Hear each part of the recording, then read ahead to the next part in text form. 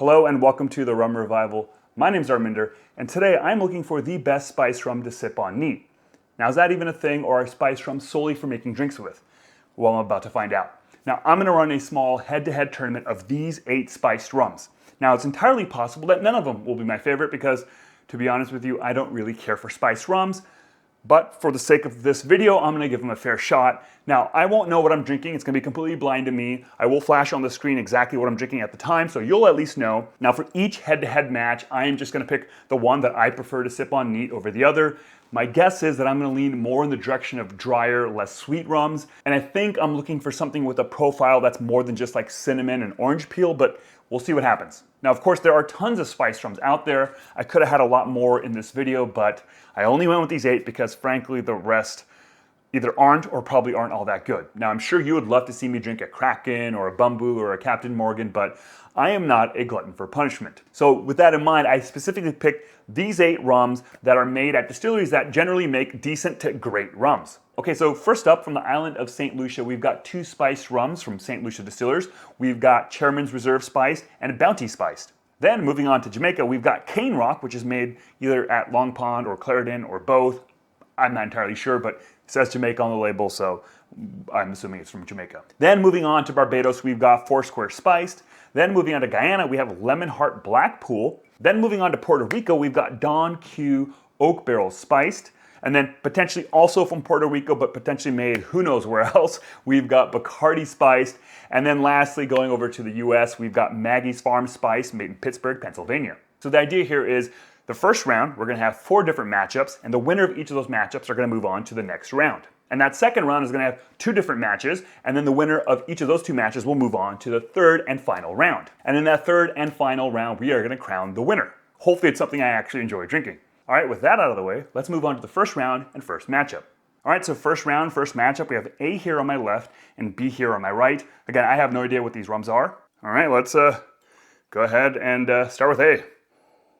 Whoa, got a hit of, what is that? Like a cinnamon orange? Doesn't, at least on first, well, actually, you know what it smells like is nutmeg. Getting a lot of nutmeg on that. All right, here goes. Cheers.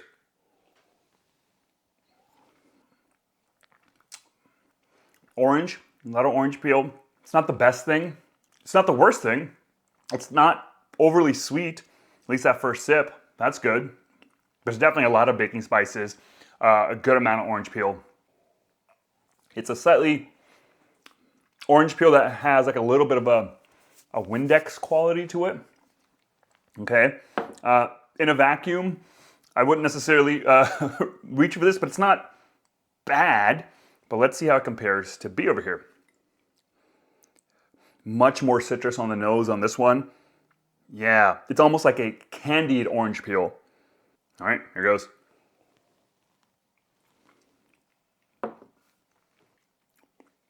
A lot sweeter. Lusher on the palate. Ooh. The finish is decent. Very much feels like a chocolate orange. But overall, it feels a little bit more sweetened and artificial than this one. Also a lot of orange here on the palate. Candied orange, sweetened orange, slightly artificial orange. Baking spices are there, but they're not incredibly aggressive or dominant. This is probably just a little too sweet for me compared to this. Even in isolation, this is probably too sweet for me. But this is definitely more on that orange side of things. This is more on the baking spice. To me, ultimately, I'm deciding with A because this just tastes a little too sweet and oily for my palate.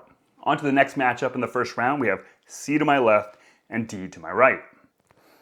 A little bit like a snickerdoodle, which is kind of nice. Definitely cinnamon, but like with a little bit of like baked good element. There's also a little bit of like black tea, or kind of maybe a tea that has some spices. Frankly, you know what it kind of sort of smells like is a little bit of like chai. All right, here goes. Cheers. Yeah, and on the palate, definitely getting chai spice. Not overly sweet. There's maybe a touch of sweetness, but it's palatable. And C is fortunate that I am someone who very much likes to drink chai. Growing up, I drank a lot of it, so it's kind of ingrained in my DNA or my blood or something.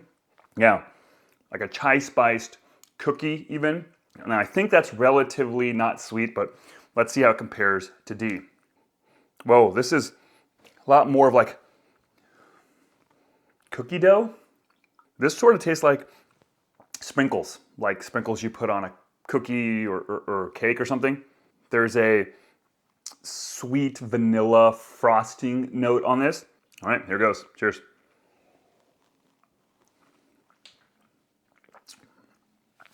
Whoa, yeah, tons and tons of vanilla. It's a lot of vanilla. Feels kind of one note, at least on that first sip, all vanilla all the time. I feel like I've had other vanillas that feel incredibly artificial.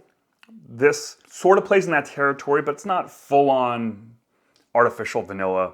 And on the finish, still a lot of vanilla. This one I think is fairly easy for me. I'm gonna go with C. I really like that chai spice note. There's some complexity there. Here it's kind of fairly one note vanilla. There's not any nuance there. So yeah, this is the one I'd rather sip on neat. So we're moving forward with C. All right, so this is the third matchup in the first round. We have E here to my left and F here to my right. Ooh, I get a little bit of banana on this one, but also maybe a little bit of bubble gum. Actually, yeah, more of that bubble gum. It's not full-on Pepto-Bismol, but it kind of a little bit reminded me of Pepto. I don't know if I'm looking forward to sipping on this one, but here goes. Cheers.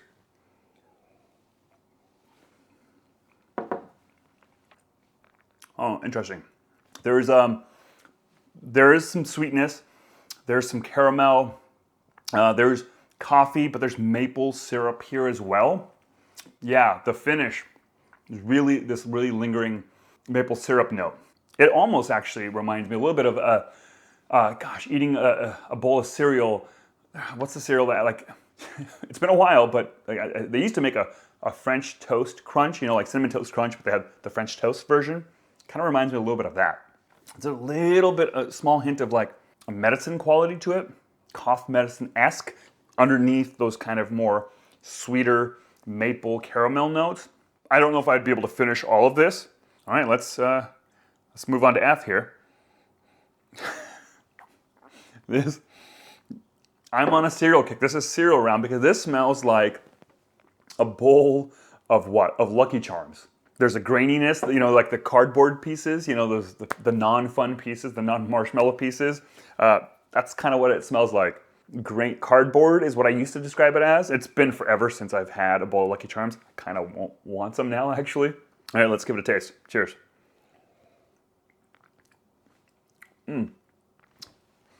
This might be a little higher in proof because got a lot more alcohol on the palate. This doesn't scream to me spiced rum. Like I'm not getting tons of vanilla, tons of orange peel, tons of cinnamon. If you gave it to me blind, yeah, I don't know if I would have immediately said that's a spiced rum. I think ultimately, I'm gonna give it to F.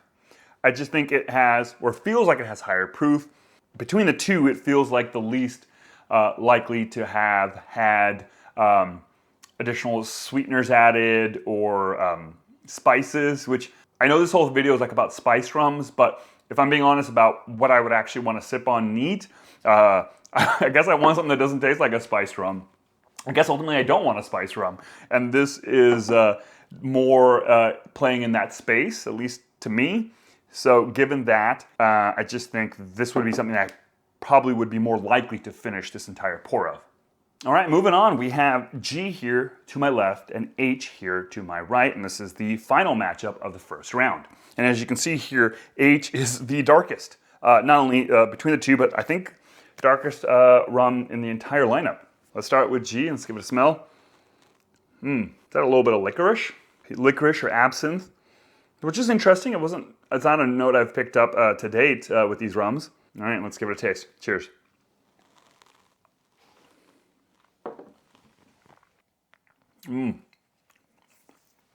Buddy. So it started off actually pretty interesting, and then midway through, it suddenly got fairly sweet. Oh my gosh, it's still very sweet on the finish. There is a little bit of balance with that absinthe kind of note. While I am intrigued by that absinthe note, it's a little too sweet. All right, let's move on to H and give this one a smell. This one's weird. What does that smell like? Getting a faint bubble gum here. Remember back in the day, again, they may still make them, there were like these cubes of bubble gum. They weren't even cubes, they were like bricks in a way, and they had these like ridges on top. They were like shitty gum, like probably like a nickel or 10 cents. They came in like a white wrapper, and they were incredibly hard and wasn't that enjoyable. That's kind of what this smells like. You know, you look at this and the color, you think it might smell a little bit like dark fruit or dried fruits or a little bit of roastiness or coffee, caramel or chocolate, but no, I'm just picking up that smell of like really bad bubble gum. All right, here goes. Cheers.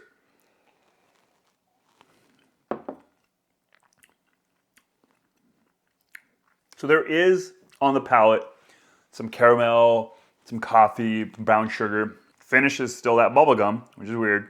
I think this would actually be maybe really good in a cocktail. I could see there's enough there that once it's kind of diluted down, spaced out with other ingredients, it could be a great star of like a grog or something like that. Okay, let's go back to this one. Oh gosh. That absinthe, but then that sweetness. This is very hard. I don't necessarily love either one of these. Gosh, this might be the hardest decision I have to make so far. Even though I don't like the bubblegum note here, it's not aggressive, and there is, at least on the first half of your palate, there's enough of that coffee caramel note to be a little bit more interesting. So given that, I'm gonna go with H. Okay, so for this first matchup in round 2, we have A here on my left and C here on my right. Oh, this is the one that was all nutmeg on the aroma. Nice, you know, definitely what I want to be smelling this time of the year, you know, in October and then the fall season. All right, cheers. Orange peel, a lot of orange peel. A little watery, this is probably 40% ABV, I'd imagine. A little bit of baking spices. All right, let's give C a smell here. Getting a little bit of cinnamon. Yeah, that's right. This was the chai flavored one. Not really sweet, not a lot of orange peel, and it's really just cinnamon, some clove, maybe some cardamom. So it's really a question of what do I prefer in my spiced rums as a neat sipper, and I think for me, it would be the spices, so I'm gonna go with C.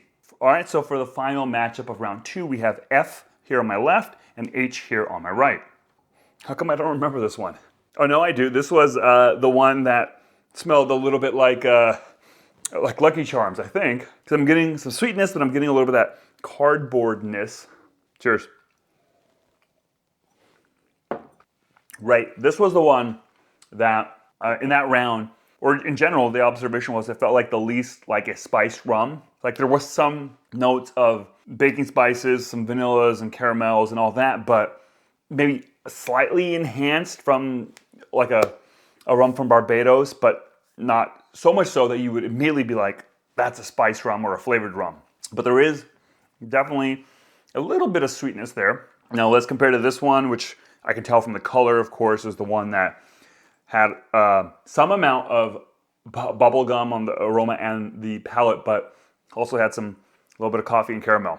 Yeah, there's that weird bubblegum sweetness, which is not what you would think looking at this color. Again, would love to try this in a cocktail, but given the comparison to this, while in the previous round, I was a little bit more accepting of the bubblegum relative to this one's competitor, here, in this particular face-off, that bubblegum sweet note I think is definitely not going to help it in any kind of way, and I'm going to go with this one here, F. All right, so after 6 different matchups across 2 different rounds, we are now in the final matchup, and the final round, it is C here on my left and F here on my right. These are my 2 favorite spice rums of those 8. We're going to smell them, we're going to taste them, and we're going to crown a winner. All right, let's start off with, of course, C here on the left. So what I'm smelling is like a dry baking spice note. This just smells like grabbing a bunch of like ground up spices and kind of smelling it in your hand. All right, for the final round, let's give C a taste. Cheers. Definitely spice forward. It doesn't manage to be so dry spice that it's drying and bracing. I think there is like a touch of sweetness there to kind of offset it, to kind of balance it out. No orange peel here, no vanillas, no caramels. All right, so of course we got F here. Okay, so just now, I don't think the previous two rounds, I picked up this particular aroma, but now I'm getting hot dog water. There's definitely a little bit of vanilla here. Hot dog water and vanilla. All right, here goes. Cheers. So this was the one that I said in previous rounds tasted the least like a spiced rum. It's so funny because now, having tasted it against this, I am getting that sweetness, that the addition of whatever that sweetness is. It definitely now kind of feels like it is a flavored or infused rum. It's still pretty good though. If you are looking for something that has some sweetness, some spice, but neither one of them being like the dominant player, remarkably balanced in that balance of sweet and spice notes. All right, so to pick a favorite now, having tasted all these and gone on and on about what I liked about both of them, ultimately, I'm going with C as my winner. It's far more drier. It is obviously leaning much more in the spiced kind of direction, like the baking spices, which is what I'd prefer. So what do I think this is? And what do I think this is? If I had to guess, I'm gonna guess that this one is Maggie's Farm Spiced. And for this one, for the F, this is tougher. What do I think this is? I don't think this is Chairman's Reserve. I think Chairman's Reserve was the most like orange peel of all of them, I think. Most of the rums in this selection I haven't had, so it's tough to say, but maybe this is Don Q's Oak Barrel Spiced, but no idea. Well, actually, let's start off with the second place, which was F. And I'm gonna reveal here, I'm gonna flip it over. Don Q, oh, okay. Yeah, 45% ABV, and I think it did have a little bit of, presence on the palate, a little bit of body. Great balance between that, the vanillas and the spice notes. But if you want something that's drier, and in my opinion, more drinkable, you're gonna go with C, which is Foursquare. Whoa, that is crazy to me. And okay, I don't know why I'm surprised, because Foursquare obviously makes fantastic, neat sipping rums. So why wouldn't they make a corresponding spice rum that is incredibly sippable? Look, I feel a little weird that I picked the rum that was 35% ABV. The other rum here that's 35% ABV is, I believe, Bacardi. Yeah, feel a little weird about that. It's also frustrating because I don't want to be that, like, the rum nerd that picked Foursquare, right? Because that's the obvious rum nerdy thing to do, right? And I don't want to be that guy or that person. But here I am having picked the Foursquare. But in my defense, I picked it blind, so that's got to count for something. Now, the real question is, would I actually sip on this neat now, knowing that this is my favorite of the 8? No, I don't think so. But if I was on a island and I didn't have a whole lot of options, a deserted island, and I only had these 8, this would be my neat sipper, I guess. So I hope this was entertaining. I hope to do more of these kind of blind head-to-head tastings in the future, different categories, countries, production methods, source materials. We'll see. Now I'm curious, do you have a favorite spiced rum, and do you actually drink it neat, or do you mostly mix with it? Let me know by leaving a comment down below. And also, is there a cocktail that I should make with either of these two rums? I'd love to now kind of explore these in cocktails and see which is like the best cocktail spiced rum. So let me know by leaving a comment down below. Now, if you want to support me and this channel, then consider checking out my Patreon page for some exclusive content over there. And I don't know if I've actually literally ever said this in one of my videos, but If you like what I'm doing, then consider hitting the subscribe button. I felt a little weird saying that, but there you go. Thanks so much for watching. Catch y'all next time. Cheers.